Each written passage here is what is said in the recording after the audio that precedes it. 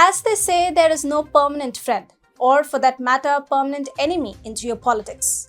Stakes guide stakeholders. It is as simple as that. That is why it is perennially premature to talk about permanent sphere of influence. Keeping that in mind, let's see how India is poking a massive hole in what experts term as Russia-China camaraderie.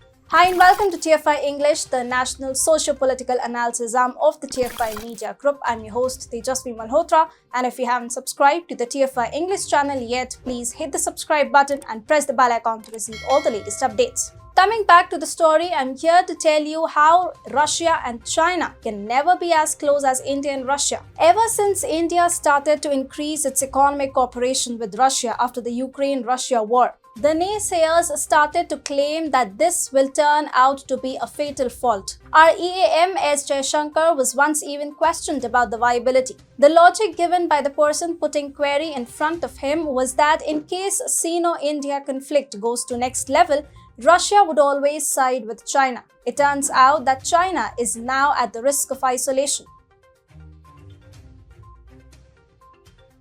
India and Russia friendship has been going on for last 7 decades. We are still indebted to Russian timely intervention during 1971 war. Additionally, most of our military imports were sourced from Russia, with the percentage sometimes going as high as 80. However, economic relations could never achieve its desired potential. This is where China filled the gap. The increased economic bond between Russia and China led experts to believe that India's priority will be a number 2 for Russia. Well, with multimodal trade set to skyrocket in coming years, India is set to fill the gap.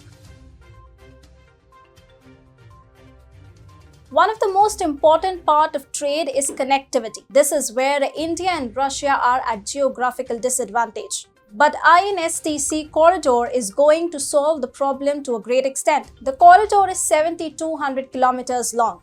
It connects India's Mumbai to Russia's St. Petersburg. North and West Europe, Persian Gulf, Central Asia, Caspian Sea are some of the major components of the corridor. INSTC has brought down the carriage cost by more than 30%, while the transit time has been reduced to 20 days, which was earlier 40 days. If its full potential is realized, then INSTC will drastically reduce India's energy requirements. Talking specifically about India, just like China announced its arrival on global stage with the announcement of Belt and Road Initiative, India can also leverage INSTC. Moreover, INSTC fits in the scheme of India's rise as a responsible power. Unlike BRI, which has been at the center of debt trap diplomacy and has often come off as a violator of territorial sovereignty of component nations, INSTC agreement has been ratified by 13 countries, which include Tajikistan, Turkey, Oman, among others. While INSTC has hogged all the limelight, another project connecting India's Chennai to Russia's Vladivostok has got relatively less attention. During PM Modi's visit to Vladivostok in 2019, India and Russia signed a memorandum of intent to open a full-fledged maritime route between Chennai and Vladivostok. The sea route covers 10,300 kilometers. It is expected to cut short the current 40 days shipment timing to 24 days. The route will sort out the recurring issues like an absent private sector and poor logistics, which have historically hampered bilateral trade between both countries.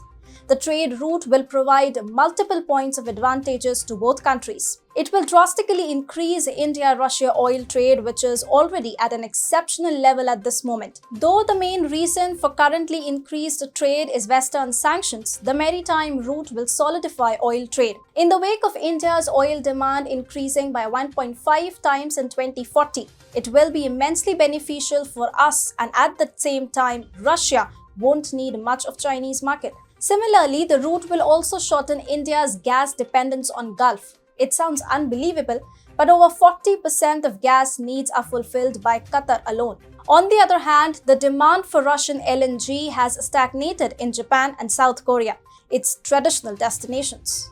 The maritime route can alter equations for both these countries.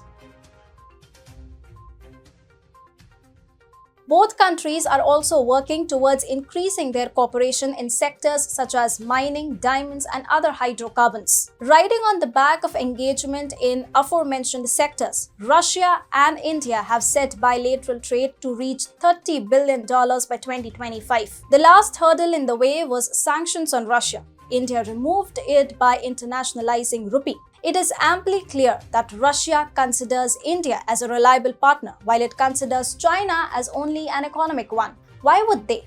China has been contesting its borders on Far East, and even during Ukraine-Russia crisis, it did not explicitly support it in United Nations. No wonder. Russia did not hesitate to support India with S-400 in the middle of Galwan Valley offensive.